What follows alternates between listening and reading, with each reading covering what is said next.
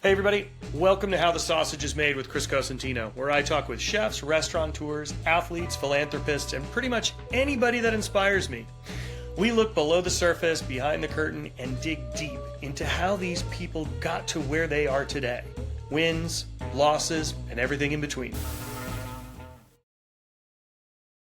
Here you go. Boy, guys, you're not going to believe this one. So today we have Chef Alex Kemp. Now, there's a bit of a backstory here, and it's I'll let Alex tell the backstory, but we go pretty far back, and it's a really fun story. Yeah, why don't you tell it, Alex? Because you have such a It's a full circle. It's definitely a full circle moment for us.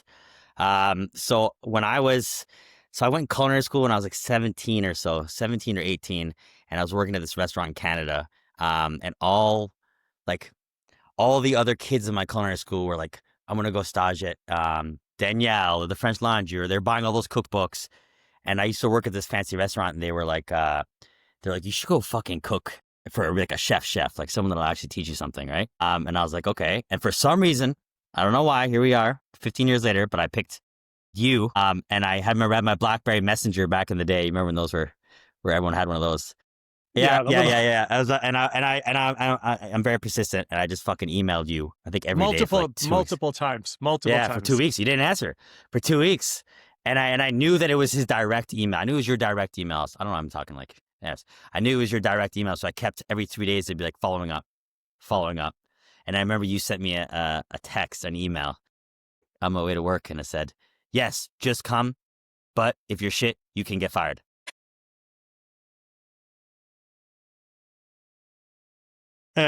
Little did I know, that was the start of this relationship. And lo and behold, Alex showed up at Encanto and spent a month plus with us, and it was an absolute blast. I mean, the jean shorts. He showed up in his jean shorts and was it a Habs fucking t-shirt? No, it was a Montreal Expos like worn out t-shirt, because I was just a poor line cook. And I remember I'd watched the OC with my grandmother growing up, and I'd never been to America. And I was like, the OC, that's like San Francisco. I didn't know there was Northern California or Southern California. So I was like, all I packed was shorts and t-shirts. I remember this. This. Yeah. You froze your ass off. Yeah. It was tough. Really, really tough. Oh my God. It's so funny. So let's really bad. I have so many fond memories of all those times. Well, do you remember, like, I also stayed with a cat lady. I found a lady on Craigslist who lived you did. He lived in Noe Hill. I think it's called No Hill. What is it? N-O-E Hill? Noe Valley. But you were right up the hill from the restaurant. It wasn't even that far. And you stayed with a crazy cat lady. Yeah. It's pretty crazy. Wow. Oh my God. I forgot about that. Holy shit. Yeah, that was a really crazy time. So let's start at the beginning. So you started culinary school, and you were based where? Montreal? Ottawa. I was in the capital, yeah. So I was in Ottawa. I lived in, when I was, 17 or so, I lived in, I don't know the ages, the years just fly by, but I did my apprenticeship in the Canadian Rockies, and it was just an excuse to get out of my little village and, party and hang out in the mountains. And then I, for some reason, the same as with you, there was a restaurant called 18 at the time. It was like the fine dining restaurant in Ottawa, and I knocked on their door I flew for a stage, and I didn't get the job. And he told me, you need to go to culinary school before you get the job. So then I signed up for culinary school, and I moved back to Ottawa, went to culinary school in Ottawa, and I knocked on the chef's door, same as you. I knocked on his door for a week, and I said, I want to work here. I want to work here. I want to work here. And I remember the chef, just like you. His name was Matt Carmichael. I heard him say, get this fucking kid in here and get him to strain stocks or something. Like, what are we going to do with this kid? And I worked there. That's where I started. So for folks who don't know Alex, and like I do, Alex has an energy level that is unlike most people. I would say you're pretty close. Alex you're pretty and close. We ended up working a lot of hours together in that time period. He was at the restaurant, but that is what has really helped Alex grow, right? He has that constant drive to see, to do, to learn, to push, and that was a really, really interesting thing, because he showed up at the restaurant really young. And at that time, that wasn't really a thing. We weren't seeing kids his age. I was mostly seeing culinary school 20-year-old, 22-year-olds showing up at the restaurant. So when you showed up, it was kind of like, okay, you're a minor, you can't drink, you can't do, I had rules. Like You took a drink out of my hand once because one of your cooks gave me a beer and you're like, "Hey, what are you doing? You're not 21." Of I have rules, right? And it was course, like, yeah. you were under my care. Yes, I may have broken your agates the whole time, but I Really wasn't badly. going to let you do shit that would put you in harm's way. That was No. my number. I was like adamant about that. And to me, it was really important to give you all the tools to succeed. But your drive was what allowed you to continue to flourish and have fun. It was a crazy experience. And I remember I got lucky because I think that was back when social media was starting and I saw you traveling a lot. So there was a risk on my side where I was like, am I going to pay like all my money to go stage in San Francisco and he won't be there? But like, sure enough, when I landed, do you remember? I walked in and you were standing behind the bar because you had the meat slicer behind the bar and you saw me and you knew. I remember your smile. You're like, fuck, look at this kid. I knew, and you walked in the door. Well, one, it was Yeah. the shirt that gave it away, the expo. Yeah. The expo, and your wife was there. I remember I sat next to your wife for dinner, and I think she had like almost like an aura of like motherliness to her. Like she was like this poor kid. Like, what's wrong with this kid? Like, And we just spoke about it. I remember I ordered the whole menu. Yeah, which is crazy. Yeah. I mean, that was the thing. So like, you are in Ottawa. You start this gig. Where do you go from that restaurant? What was that next step? So you offered me a job. We really hit it off. That's right. I did. You gave me a knife and you gave me your book, and like you were seriously like call a lawyer, let's get immigration done. And it wouldn't have worked out. I didn't have the experience to do it. I had to go to culinary school and stuff. But I mean, we tried for what, like fucking good 6 months. Yeah, because you wanted to email come back and forth. I did. I was inspired. I still talk about the tomato at the market the first time it sounds weird, but it's like chasing the white dragon. I remember that first tomato because you took me to the market my first day. But you reached out to Martin Picard. You reached out to Martin Picard on Twitter. Back then it was called Twitter. Yeah. And you're like, I asked, they posted a job and you followed me. It was really weird but you're famous. And I was just like this kid. So, and then I wrote, where do I apply? And you commented on that and you said, hire this kid. I vouch for him, hire this kid. So I started at the Sugar Shack. And I moved to Montreal and I left 18 and I went to Montreal and I packed all my shit. And I did a season with Martin Picard. And it was the year that like, it was a really special year. It was before it was like famous, but the book had just come out that year. And like Anthony Bourdain came and it was like, I worked with a bunch of cool guys. It was pretty awesome. You worked with the famous pastry chef. Gabrielle. Yeah, I think I fell in love with her. I'm pretty sure I fell in love with her. I think every cook fell in love with her. Yeah. I mean, the book did help with her in a big vat of maple syrup. Yeah. And I was like 20 and I was like, Gabrielle, like I'll drop everything to be with you. And she's like, piss off. But I think it's really interesting that place is a beast. So I think you had employee housing, right? Not even. No. There was employee housing before. Yeah. I drove every day an hour each way. You drove. There was employee housing on site. Yeah. Yeah, but I didn't want to stay in there. It was a bit sketch. So we would, a lot of us would we would just carpool. But yeah, like you want to talk juggernaut. This place was a juggernaut. Like we worked 7 a.m. to midnight every day. And did I ever tell you about the dish that I had to do there? No. I've spoken about it before. I did it. It was me and another guy who was the opening chef at Estella, and he worked for Momofuku for a long time. Good friend of mine, Danny Newberg. But we had this chicken. We got like, I don't even know, hundreds of pounds of chickens. We deboned them. We stuffed them with cotechino, caramelized onions, lobster, foie gras, and then we made a bisque with all the sauce. I'm not even fucking with you. We made a bisque with all the sauce, and then we emulsified equal parts clarified butter to bisque and inject it with the meat, the briner, like the needle. Yeah, the brine needle.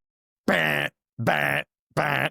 And then we roasted it in the rotisserie, and all the fat would come out, and we'd make a sauce with egg yolks and cream and lemon juice for balance, and that would be the dish. And I did that for 3 months straight. It was for like 1,000 people a week. It was like 1,200 people. It was like it's a lot of people.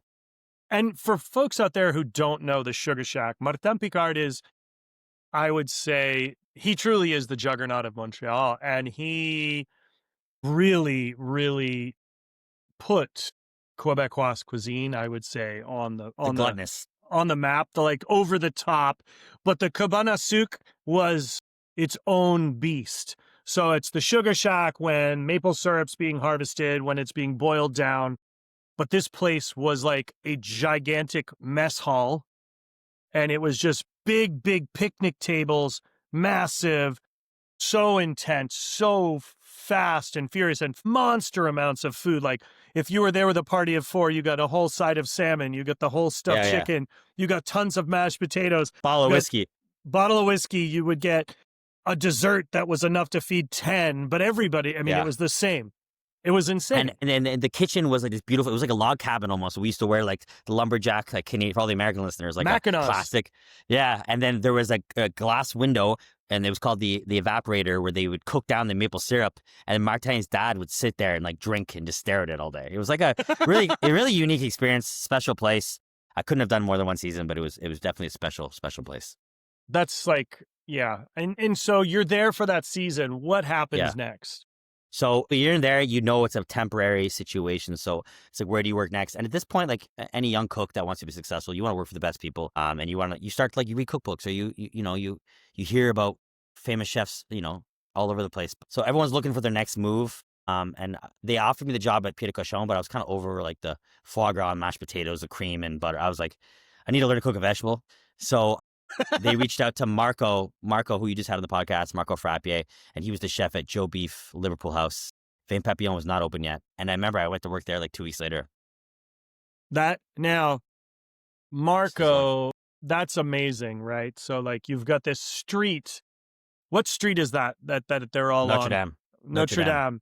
They're next door to each other. You've got Joe Beef, and then you've got, what else? There was one Liverpool more House, in there. And Liverpool House. Yeah, Vin Papillon was not open yet.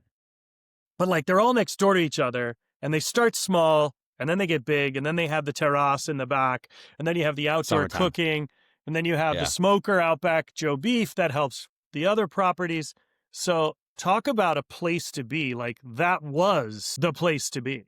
I would say one of the most pinnacle parts of my career, and one of my biggest regrets is not staying longer. Because I went there and I thought, I was 20 years old. I'd staged with you. I'd worked at the Cabana 6. And when you're young, you don't know better. I was dumb. And I was like, I know how to cook. And I remember I learned fast how to cook, because you're doing 120, 130 covers every single night. The portions are like huge. And you're doing all your own butchery, all your own stocks, all your own pastry. And there's no like 20 people in the morning prepping your station. It's like, it was old school European style. And it was just like, Marco was so creative, and the team was like, it was just hard. It was really, really, really hard. It was very, very difficult. I remember I had a Hilroy. Do you have Hilroy here? Just like a school book notepad. Yeah. And I remember Marco, the way he would run the kitchen is he would do a meeting. It was like we were closed Sunday, Monday, and Monday night you get anxiety about Tuesday, because you know the menu's going to change. And you know why I had so much anxiety? I didn't know how to cook. So I was scared. So I go in Tuesday with my notepad, and they're like, okay, we're going to do, you're going to make a lobster risotto. That wasn't on the menu, but like, let's say, for example, you do a lobster risotto, but I never cooked arborio rice. I didn't know how to go high heat with a wooden spoon. I didn't know that you add stock. I didn't know there was no cream. I didn't know any of this stuff. So I had to write down, and Marco was opening Vin Papillon, and he had another restaurant, Liverpool House. So he was only there for like 2 hours, and he was all around, So I had to ask every question. Like, you know what I mean? Like every single question. And I had this 20 minutes and then I had my notepad, and I had to just learn to cook, and I fucked up so many times. But I think that was really important for me to learn and grow, for sure. I mean, it's like, what was that like being in that kind of, I mean, that's an epicenter of knowledge, of a time too, right? Like everybody was making the trip to go to that street. Everybody was making you would literally would have chefs coming to town. And, I was one of them. I would come up to Montreal all the time. And it was like, okay, you have Joe Beef one night, you go to Liverpool House one night, you go to, Vin Papillon, and then you go Derek over, and you go visit Derek. And it's like, okay, everything, I've done it all. It's like, now what? You feel like shit? Yeah. It's funny, Chris. It was like the time. Every night there was an NHL, like a Montreal Canadian was in, a famous chef from Toronto, a chef from California, a chef from New York. And like, we took it super seriously. And I realize that now that I have restaurants, and like we're at that stage, I don't think we're not at that level, but we're at that stage where people are still trying to come eat at Malu, and it's the pressure. It was intense, but it was so exciting, cooking for all these chefs that you look up to.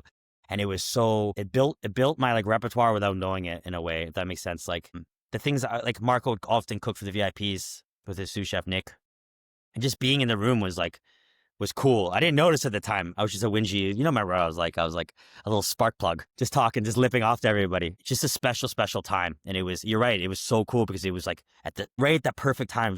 It was crazy. It was crazy. Well, I mean, especially and when Marco cooked from the cuff, it was The best.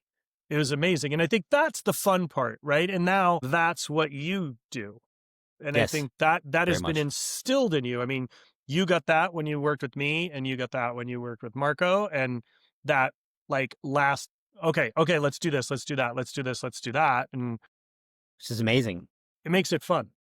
It's the start of a creative process that like I use to this day, because I've worked at places like 11 Madison Park, and I've worked at places where they're a little more corporate, and it's missing that. It's okay to put up a dish that's shit like the first time. The second one, it's part of the growth. It's part of the evolution. Like some of the best dishes I put on at 4:30, and at 5 o'clock, I'm like, oh, the first one's like could be better. It's not bad. The first one could be better, but by the third or fourth one, we're like you said, let's add a little bit of white pepper. Let's chicken fat. Let's do this. Let's do that, and it becomes this amazing thing. It's like yeah, it's fucking cool, man. I love it. So what happened from that experience there at Joe Beef? What was next after that? Where did you go? I was just like, I wanted to work at all the Michelin places. I wanted to be like, I was always a kind of a cocky kid, you remember? And I was with my ex-girlfriend at the time, and we moved to Halifax, not important. And I remember I bought the 11 Madison Park book, and I couldn't believe that food could be like so beautiful. You know what I mean? So like placed. Now it's not my thing, but at the time I really wanted it. So it was similar to when I harassed you. I emailed like 6 restaurants in New York, like Blue Hill. It was Blue Hill, 11 Madison Park, Nomad, maybe Estella. It was the first year it opened. I don't remember. And I staged at all of them, and I got the job at EMP, and I left everything. I had like $300 in my bank account, and I moved to New York, and I started 11 Madison Park, and that was an eye opener for me for sure. It was so fucking serious. You know what I mean? What are we doing, guys? I would have loved to have been a fly on the wall to see you at EMP. Oh, cowboy. You know me, I'm a cowboy. I was like, I got this. I'm grabbing like the blender, like blending shit to make it happen. And everyone was I don't know. It was a really, really good experience. And I learned a lot about organization, about palate, like my palate, like training my palate to season things, because everything has to be so perfect. And I learned a lot about cooking with acid. I learned a lot about using acid and herbs instead of salt sometimes. And I learned like organization and a manner to like work left to right, and like keeping your towel clean on you, and like not looking like a slob. But I definitely didn't feel the connection that other people feel with food. Like when I worked with you, and when I worked with Marco at Joe Beef, it was the shit would come from the farm, and it would just come in the kitchen, and we had to put it away. And it was like, wow, look at this broccolini, or look at this. And there it was like, I just didn't feel the connection. You know what I mean? And you were there for how long before I did the visa, so over a year. over a year? And then Yeah. what was the next step for you? And then I flew back to Montreal. My visa ran out. I worked for Marco for a little bit, and then I went to England to open up this English manor that was opening up. It's got 3 Michelin stars now, but it was they put 12 million pounds into restoring this beautiful historic building. And we had a cheese room, we had a garden. It was fucking crazy, man. And that was a good experience. But once again, like I was in England, and I was doing. I use tweezer food not as like a slight. It's definitely like its own genre, but it wasn't. I didn't feel a connection to it. But the people I worked with were great. We got a Michelin star in the first year, and it was like a cool experience. But I missed home, and I missed New York, and I missed America. So then I left England, and I moved to worked at Momofuku Co. with Sean Gray. Do you know him? Sean's so talented. Yeah, really good guy, and we hit it off right away. So I worked there, and that's where I met my wife. Wow.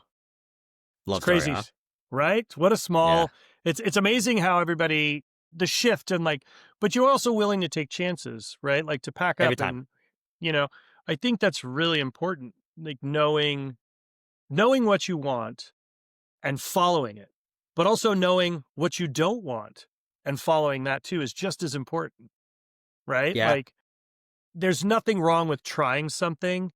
I think it's, and I understand what you mean when you say tweezer food, and there is no slight, because there is a different style for everybody. I think every It's style an of art. restaurant has a place, right? Yeah, But if 100%. I agree. but if it doesn't feel right for you, then you learn from it and you find what feels right and you go to where it fits for you. I have all the respect in the world for those guys. It is a different beast. It is It's a organization lot. beyond. It's a lot, and it's a lot of hands. It's a lot of labor. It's a lot of everything. It's special. And Amanda and I still eat. I try to eat like one big fancy meal. Like I like to do it because I can't do. Sometimes I want to eat a meal that I don't know how they did it, and I think that's really interesting. Yeah. Sometimes I think it's really that really says cool. a lot right there. Like knowing trying to figure out what you don't know is really fun. Really fun, and like a flavor like you get lovage, but you don't know how where the lovage is infused somewhere in a bite. You know what I mean? It's really interesting. And back to what you said about taking risks. I I grew up pretty like very very like below middle class below, and I had nothing to lose. And like worst case scenario, I have an adventure. Like I went to England, and if it didn't work out, I could always come back to Montreal, or I could go to Toronto, or I figure it out. And I think that's like you get confidence by going into new situations and winning, if that makes sense.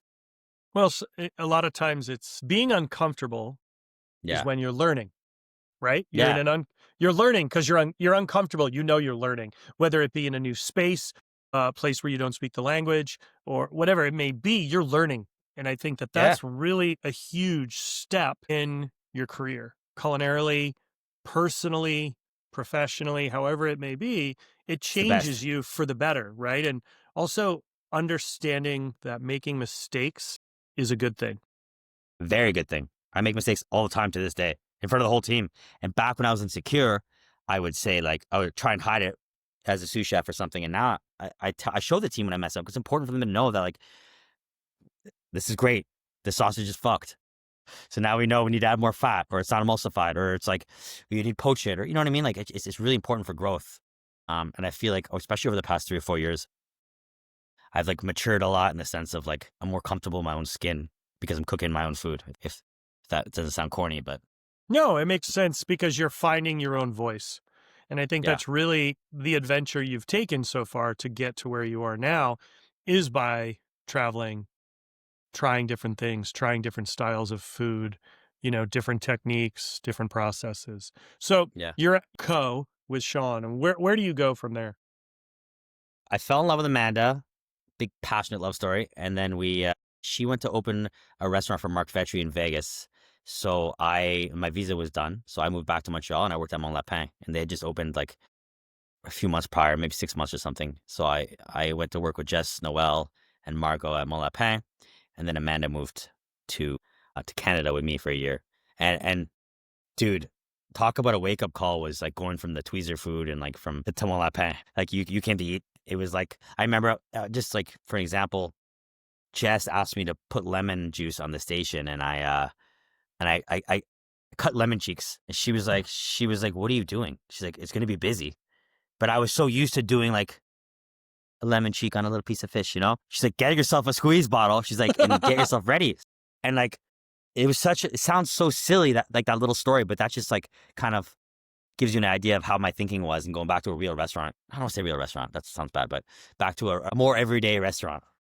Well, it's a different style, right? Like, I mean, that was the thing, right? Have lemon cheeks. Everybody just squeezes a cheek and Fresh. It's gotta be fresh. fresh.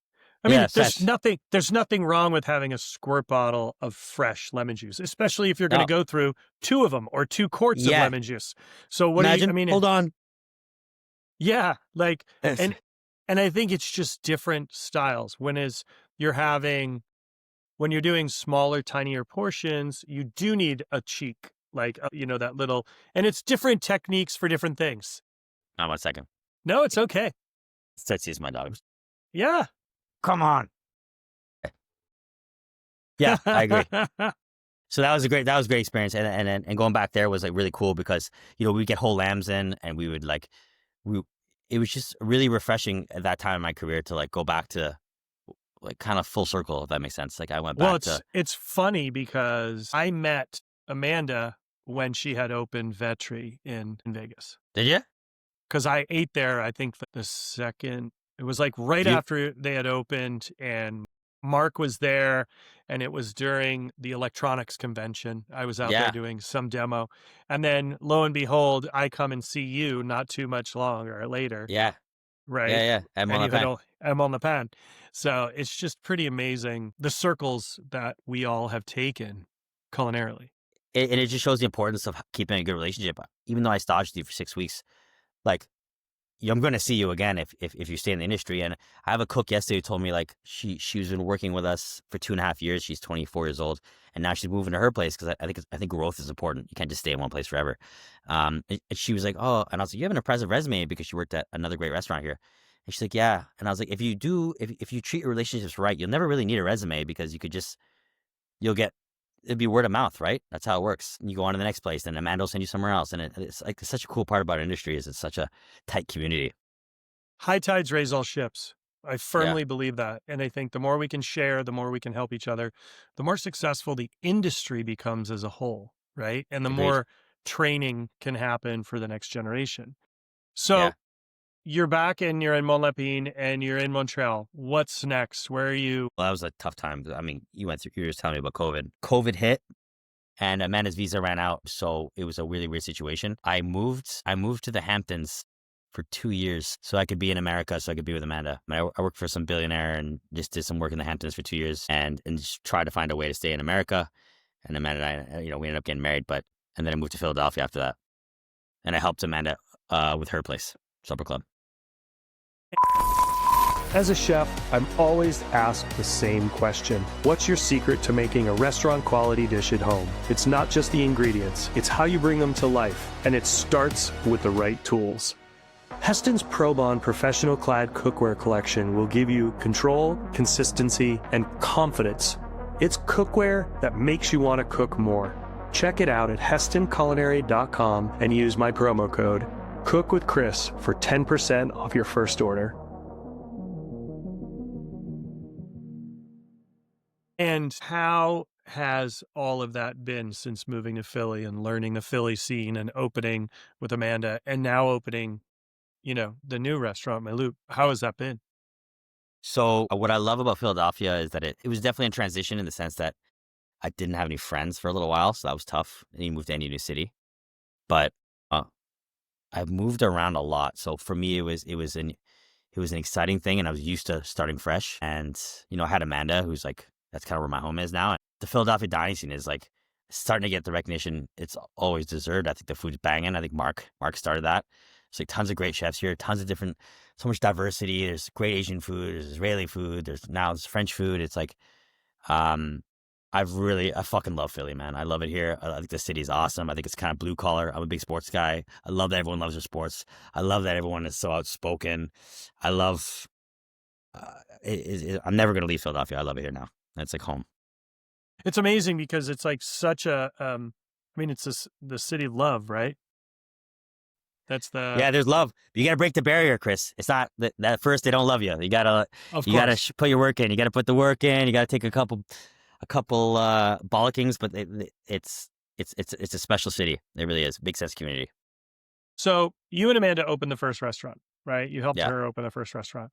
And yeah. what was that like, opening that project to getting to the new project now? So she opened it up with like she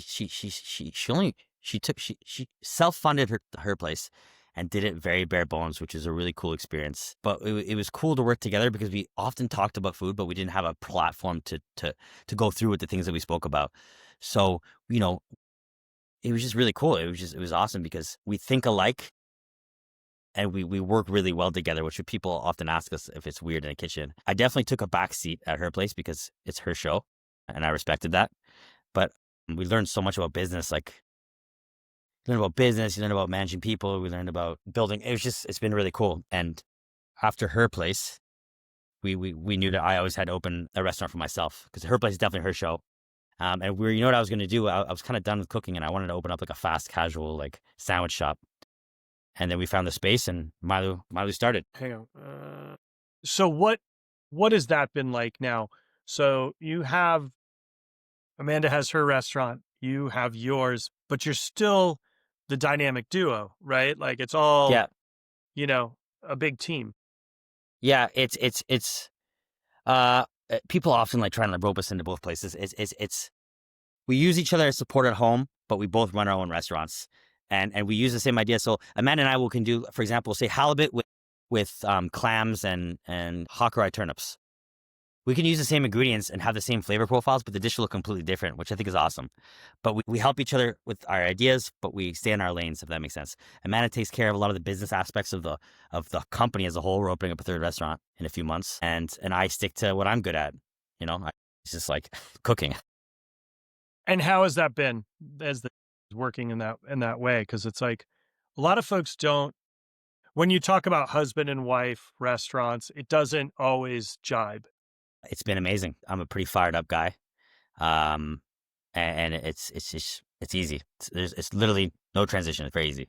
That's awesome. And I think that's Yeah. really cool that you guys are able to help each other, stay in each other's lane, stay in your own lanes. You're doing another project. It's like there's so many moving pieces and parts to running restaurants and being able to balance family, two restaurants, third on the way. It's a lot. And all the events that you guys are getting called to on the regular. That's the hardest part, and that's been the hardest transition is knowing that my job, like working hard, doesn't necessarily mean scrubbing down the line and breaking down chickens, right? And that, as when you're a young chef, that's like a big thing that you have to realize is that like you should empower people to do their jobs and stay in their lanes. It's not just Amanda and myself. Like my sous chefs do a great job running the kitchen. The cooks do a great job supporting the sous chefs, and the prep cooks support the cooks. You know what I mean? It's a big ecosystem. The hardest part that I've had to deal with is managing people, especially in these weird times. Um, and just finding my niche. Now it's been 2.5 years, and I feel like I'm starting to finally know my role. My role is to create dishes, is to empower the team, is to keep everyone inspired, is to keep the gas tank filled. And I love it. It's the greatest job in the world. What was the biggest transition for you moving to Philly and really trying to understand that Philly, like you said, you got to get your bollocks. It's like you got to prove your worth, right? That's an East Yeah, Coast thing. It's the same thing in Montreal. It's the same thing in New England. Whether it's Boston or Rhode Island, you all got to prove your worth. Whether it's Manhattan, what was that like and that transition like for you moving there, and what made you guys choose Philly? Amanda went to college here, so for her it was an easy transition, and she worked for Mark's. She worked for Mark for years. You know, she was already accepted, and for me, it's like, God damn it. For me, the hardest transition. There's a few parts to that question. The hardest transition was there was no late night dining, really, which I was shocked. It was after COVID. I think a lot of restaurants struggled with reopening, and people don't go out late anymore. I think that's the case now. And I got a leg up with being accepted because everyone loves Amanda, and I'm not ashamed of that. It's okay. It's fine. And we opened up the restaurant together. So I did have a little bit of help. But like you said, keeping the food honest, not being pretentious, working hard, taking care of your staff, giving back to the community as much as we can. Amanda and I do a ton of charity work. And Tootsie, and yes, Tootsie. What's Tootsie barking at? Come on, give me one second. It's probably She's chills. what are you barking at, Tootsie? She's probably mad because someone put this orange jacket on her. Well, it's probably to keep her. Is it cold there yet? Yeah, it's cold now. But yeah, that like all that stuff helps, the community stuff, and just like I said, I think the most important thing is not being pretentious and being honest, and people notice that. People can sense bullshit, I think, for sure. Oh, yeah. I mean, that is a guarantee. People can fucking definitely pick up on bullshit. So you're now 2.5 years in. You're going to be opening a new project. Do you want to talk about that new project, or you want to hold your Yeah. breath? I'll say a few things. It's going to be a neighborhood restaurant. Amanda and I just bought a house in a neighborhood called Grad Hospital, and there's just a place. You were laughing at me earlier, but it's just going to be a restaurant. I feel like nowadays everyone's so obsessed with concepts and what's a specialty. And Amanda and I just really wanted to open up a spot that we want to eat at 3 nights a week, where you don't feel like shit after eating a meal. It's like can be healthy. Yeah. And it's just like a neighborhood spot. It's comfortable, it's quaint, it's nice, it's affordable, especially now with the economy. And I didn't grow up eating truffles and oysters and the stuff that I cook now. So I want to serve the stuff that I grew up eating, which is like a burger and like, a rotisserie chicken or a French dip. There's an art in doing things really simply, and it can be done really right. I'm really excited to do it. I think it's really interesting you say this, because I've had and spoken to a lot of cooks over the years, and some that are interested in getting into the industry, and they're working at, say, a pizza place or a local burger spot or whatever. And they always complain that they're not learning enough, right? Or they're bored. That was my biggest frustration, is hearing some kids say they're bored working at a pizza spot, which at this point, this individual was working at a really great pizza place. And I said, "Oh, what's your hydration on the dough?" Yeah.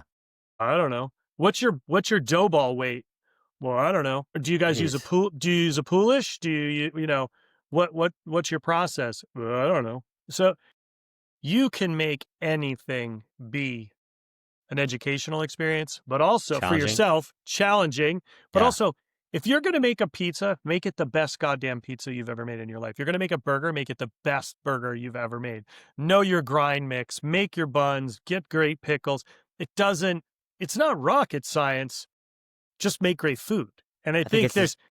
there's is a disconnect between what people feel a restaurant should be and the style in which they should cook compared to what everybody wants.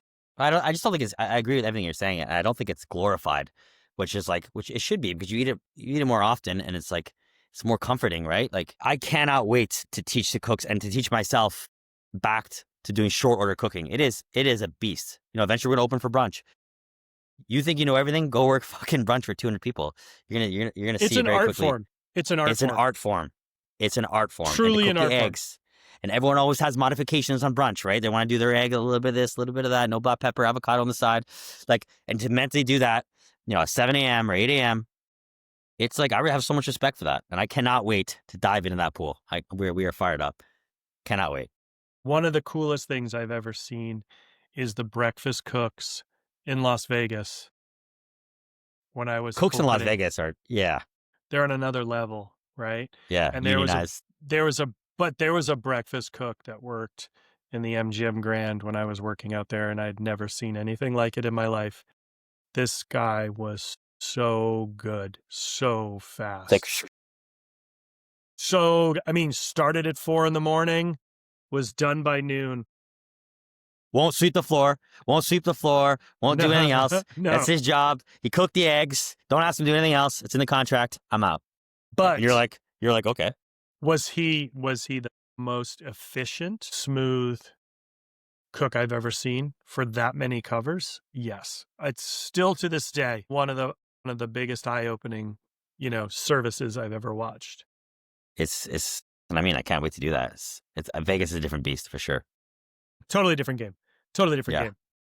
So, let's chat a little bit about social media versus real life, and like what you think when you see that, because there is a whole world out there that doesn't really see the underbelly of the restaurant. All you see is like the final perfect dish and this perception of what the restaurant you want the public to feel like it is, and the world that social media is now comparative to real life. I'm so glad you're asking that. There's so much work that goes behind everything that we do at the restaurant.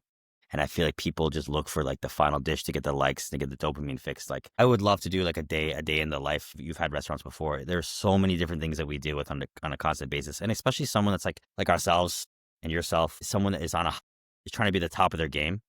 Like, people don't realize that, like, when we post a dish on Instagram, a sauce Americaine, that's a bad example actually, but like sauce charcuterie, I don't know, albufera sauce. They don't realize the stock takes 3 days to make. Someone has to roast 400 pounds of chicken bones. They have to get the chicken feet. They have to get the chicken necks. They have to make a white stock. Then they have to make the fortify the white stock with the brown stock twice. And then before they do that, they have to refortify with chicken wings in the pot with the wine and then the foie gras and the this and the that. Nobody realizes how much work goes into each thing. And I think sometimes people are quick to judge without knowing the full story. Do you agree? Yeah, 100%. Right. And I feel like nowadays, Go ahead. I feel like nowadays people are just like, they want to get their 50,000 followers on Instagram and get the blue check, when like, or go on Reddit or go on Instagram and like talk, like say horrible things to the chef about how he doesn't know how to cook and how it's overpriced. Like, it takes a lot of work. You went through it. I went through it. I went to work for free for 6 weeks. I worked for $10 an hour for almost 10 years. You know what I mean? It's like, I put a lot of time and effort into making the food good, and like knowing the skills and having the eye to like look at a sauce that needs to be reduced longer, or know when something's overcooked by looking at it. Do you know what I mean? And I feel like people on social media, they're looking for that blue check and they're looking to monetize it, which is nothing wrong with that. I get it. People, want to make money and stuff, but I think we spoke earlier, there's like a certain art in like putting in like working for the best people, and like there's a certain art in like making really nice sourdough. Like everything we're saying the same thing. It's just like so special to learn the craft and to really put the work in, and to I fucking love it, man. I love restaurants, and I love the amount of work that everyone does, but nobody realizes that on social media. You know, and you don't want to be the guy that's going on a story being like, "We work hard, like we work so hard." It's like no one gives a shit. But you know, But they should, agree? because I think there's a lot to it. I think, here's the best analogy. You want to go to a restaurant where the chef has put in a lot of time and sought education to make the best meal. Just like you want to go to a doctor who spent a lot of time studying and doing Yeah, his internship so you have a good final experience with your doctor. It's the yeah, same thing. Yes, one is feeding you and the other one may be performing surgery. But it saving is lives. this saving lives, but it is the same thing. It's called building skills, building techniques so you can give the best experience, so you can give the best moment to whether it's your patient or it's your guest in the restaurant.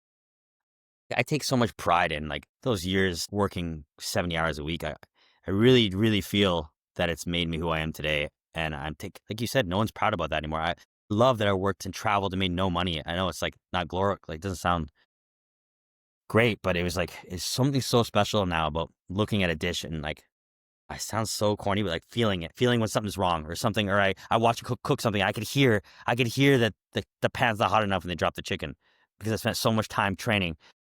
Nowadays, I tell all the young cooks, like, I need to be the youngest to do this, or I want to be a sous chef. I want to be this. I didn't become a sous chef until I was 27, because I was scared. I was scared of being the sous chef that didn't have the answers. And I was scared to be the guy that didn't know how to do something, right? And nobody does that anymore. That's gone. And that's like, and I'm like, maybe I'm like an outlier, but I feel like there's something really special about putting the time in. It's important. It's really, No, really, really important. I don't disagree with you. I think, knowing what you know and knowing what you don't know Yes. are very fucking important in this business. And I think understanding that is how you truly grow. And I didn't want to be a manager. Yes, I said, I wanted to be a sous chef and a chef by this time in my life, but Yeah, of course. Everyone it, does that. everybody does that, right? Yeah. It's your own personal ego getting in the way. But then it got to a point where I was just like, holy shit, I'm not fucking ready. Like I No. need, It's you know, overwhelming. I feel like one of my biggest strengths at Milo and with the parent company, Loup Hospitality is, and I've learned this from Amanda, is that like everyone around you is more valuable if they help and if they do the things that you're maybe not good at. Like for me, like Amanda helps me a lot with pastry. She does the pastry. My sous chef's more organized than I am. So Kate, why don't you do the scheduling and do this and do that? And then they feel a sense of ownership around you. Does that make sense? yeah. If y if, like, if there's a cook that just started that worked at some Japanese restaurant for 4 years and knows how to break down, amberjack better than me, like, I'm past that. I'm, like, in my 30s now, like, show me how to do it. I would love to see how you do it. Maybe it's better than mine. And people respect a leader that I know we're getting off topic. Well, what is the No, it's topic? It doesn't fine. matter. But Yeah. people respect a leader that is vulnerable and it says, like, and that admits when they could be better. Like, they'll go to war for you. As opposed to seeing, like we spoke earlier about Philly, seeing bullshit and seeing you lie and seeing you trying to like, I'm the chef. I know how to break down the amberjack. Get out of the way, you. You just look like an idiot. Does that make sense? Like, it's just so much better when you're just like honest. There's never ask anybody to do the job that you won't do yourself, right? But also at the same time, I learn from every single employee. I You have learn to. whether it's a dishwasher, a bartender, a barback, a server. Everybody has something to offer, whether it's a meal they may have had, an experience. They have education for you just as you have education for them. It's a symbiotic relationship. And the moment you don't realize that, the system's broken. Yeah. And people get bitter. Like, for example, when we do these new dishes, we cook and I know what I'm going to do, like in my head. Like, let's say we're putting up chicken and broccoli for whatever, chicken and broccoli. And I get everyone to taste it. I get all the cooks to taste it. And I go, what do you think? What do you think? What do you think? What do you think? And I want to hear what they think, but it's just helpful for everyone to be involved in the creative process or be involved in any process. And I'm going to make the decision as a leader and I'm going to be accountable for the decision I made, if it's wrong or right. But I want everyone to be involved, and I want everyone to feel like they have a piece. It's important. What has been your worst professional mistake? Ignorance and arrogance. I would say, like, thinking that I know better than people that are more experienced and have done it already. When you're just young and dumb. I think I could have stayed longer at certain restaurants, but I just wanted to, like, and you said every young cook does it. They want to jump around and, like, learn and build their resume. I think I could have learned a lot more if I stayed at certain places longer than a year. Yeah. Yeah, I would say that definitely. Do you have any regrets? And if so, what would you do to change it? Fuck.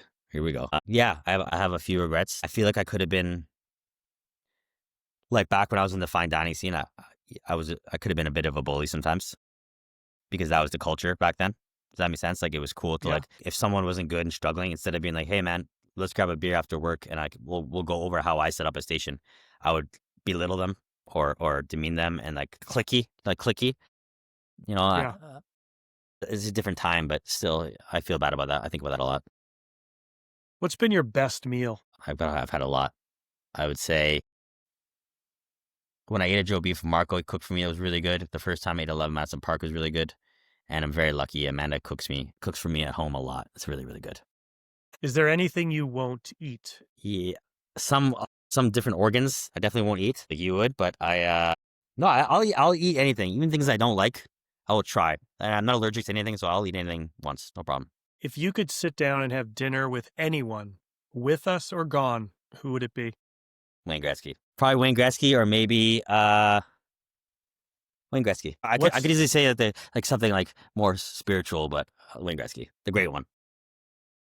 Your biggest culinary flop. I know you've made a dish you've put on the menu. Jesus Christ. Yeah. Everybody has them. Like, that was my favorite part when Food Arts magazine came out, right? They had to, like, it was called What Did the Guests Know? And, like, they would tell you these stories and about the dish that really tanked. And yeah, I always love, yeah. What's yours? What's your biggest one? Biggest flop was trying to make a fig and blue cheese terrine. It just fucking. Yeah, that sounds. It would have been, like, it makes sense in your head, right? Figs and blue cheese. Yeah, they go well together. Yeah. But fig has an enzymatic reaction and it doesn't allow gelatin or any form of. So you do like a jelly and you try to do specks. I know I tried to, like, make it gelatin, like, you put a little bit of whatever. The whole thing, Gelatin. It fucking turned to a big pile of shit. It looked awful. It was gross. I mean, it was my own undoing. That was one, but I've had many. Dude, I've had a lot of turds. We print the menu over at Miley, like last minute all the time. I change things all the time. I would say recently I tried to do mortadella and melon, thinking they would be like a playful way of doing like prosciutto and melon. It was pretty bad. Another one I did last winter, because all these dishes that I do, I don't have, like, it's often my first time doing it, so I'm just cooking. I did a lamb neck. With walnut, pesto, grapes, and dandelion greens, which it doesn't sound like, kind of could sound good, right? Like, it sounded good. Walnut Sounds and, like, great. grapes and dandelion greens and, like, lamb braised liquid. It looked like tar. It looked like the pesto looked like, you know what I mean? Like gruel. It was, and I had to serve it. Like, and then all night I kept adjusting the dish and adding more grape juice, and it ended up being just like every time you serve it, I was like, oh my God, the vibe was really bad. And then I got a lot of flops, clearly. And then last week I did got pain perdu, like a French toast, like a savory French toast on brioche with foie gras, chicken skin, and figs. It's so funny you said with figs. And I was like, I'll make a fig condiment, like a fig jam condiment, and I'll do like whole roasted figs and foie gras. Sounds good, right? Like, Yeah. it looked like culinary school trash. It was so bad. And everyone, all the cooks were like not looking at me in the eye. I was like, okay, this is not good. So 86 it. Terrible. Figs. Yeah. It happens. And I think knowing that and moving forward is really owning those mistakes is one of the biggest growth patterns in a career, right? Yeah. And a great thing I learned, I don't know if we're short on time here, but a great thing I learned from that is, like, the cooks, thinking back, like, the cooks were disappointed in what we were serving and they took it personally. And that was like a culture thing. I was like, good. That means everyone gives a shit. That's awesome. They're not just, it's not a job. They're like, everyone was depressed because I put up a shitty dish. What's your favorite cookbook? The one I use a lot is the Michael Ruhlman charcuterie book.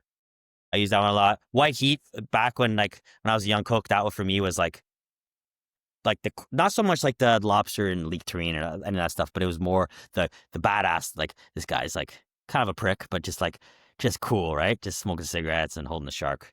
I know it's kind of cliche, but and I like the Let's Eat France. You ever seen that book? The Which Let's Eat one? France. It's called Let's Eat France.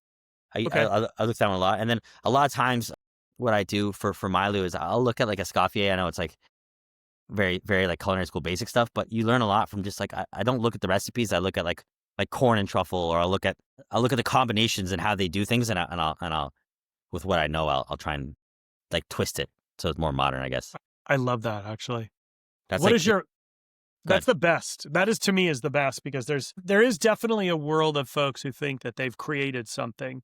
And if you No, go through it, the only real person, in my opinion, the only chef who's really gone and created all new things was Ferran and his brother at El Bouilly, right? They created new techniques and new ways of cooking. Otherwise, most of those combinations have been done before, and you can go to Escoffier and find them all.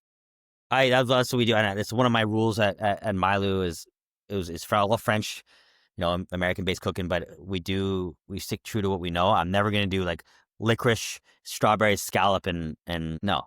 There's a reason why these combinations exist. Let's stick to it. Do you know what I mean? Yeah. What's your must-have tool? But the hand blender, I use the hand blender a lot. Yeah. Like other than a knife, obviously, I Yeah. would say the hand blender I use it bails me out of the shit a lot. What makes you happy as a chef? The leadership.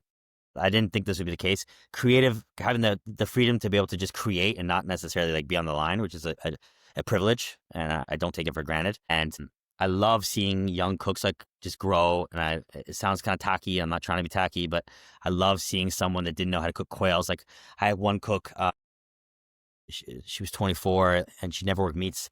And I remember at one point, I trained her on meats at Milo, and she's cooking quails, halibut tail. She's like basting beef cheeks. And I stopped everyone, and I said, everyone stop. And I banged my hands and I said, yes, like, how sick is this right now? And she was like, looked at me scared. She's like, what? Did I fuck something up? I said, no, you're cooking like 2 different fish. You're cooking 2 different poultries. You're cooking a whole piece of beef. Like, you're doing it. This is what it's all about. And she just looked at me, and she's like this. She's the Swedish girl, little girl. She looks at me. She goes, "Yeah, chef." I was like, "Fuck yeah, that's what it's about." That's like, I love it. It's amazing. All right. Coffee or tea? Coffee. Drip or espresso? Drip, Milk or no milk? milk. Black drip, cortado, espresso. Pancakes or waffles? Pancakes. Oatmeal or yogurt? Yogurt. Trying to lean out a little bit. Bacon or sausage? Sausage. Chicken or duck? Chicken. Beef or pork? I heard this one the other day and I didn't know when you were talking to Marco. I think pork for like, I gotta give one or the other, right? I'm gonna say pork, but I love steak. I love beef. Quail or squab? Quail. Hot dog, hamburger? Ooh, my wife and I argue with this a lot. She's a hot dog person. There's something I love, like a perfect, like a little squishy burger. I love it. Ketchup or mustard? Ketchup. Oh, yellow mustard. I love yellow mustard. I use it a lot, but I love ketchup. It's one of my favorite combinations on the planet is a perfect French fry and Heinz ketchup. It's a banger. French fry or onion rings? French fry. Taco, burrito? Taco. Pasta, noodles? Pasta. Ravioli, dumplings? Dumplings. Raw oysters, raw clams? Raw oysters. 1,000% over raw clams. Lobster? You're a clam guy? You a I'm clam guy? Yeah. Yeah, I saw you. Look at you. I'm 100% clam. I saw that. Don't get me wrong, I love oysters, but I grew up eating raw clams. Oh. Lobster or crab? Crab. What type of crab? A snow crab. Sea urchin, caviar? Caviar. Black or white truffles?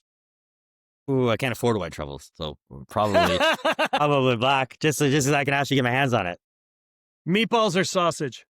Sausage. Pizza style? Naples. Dessert or cheese? Dessert, man. Look at me. I love it. It's the best. Got a sweet tooth. It's really bad. Ice cream, soft serve, gelato, sorbet?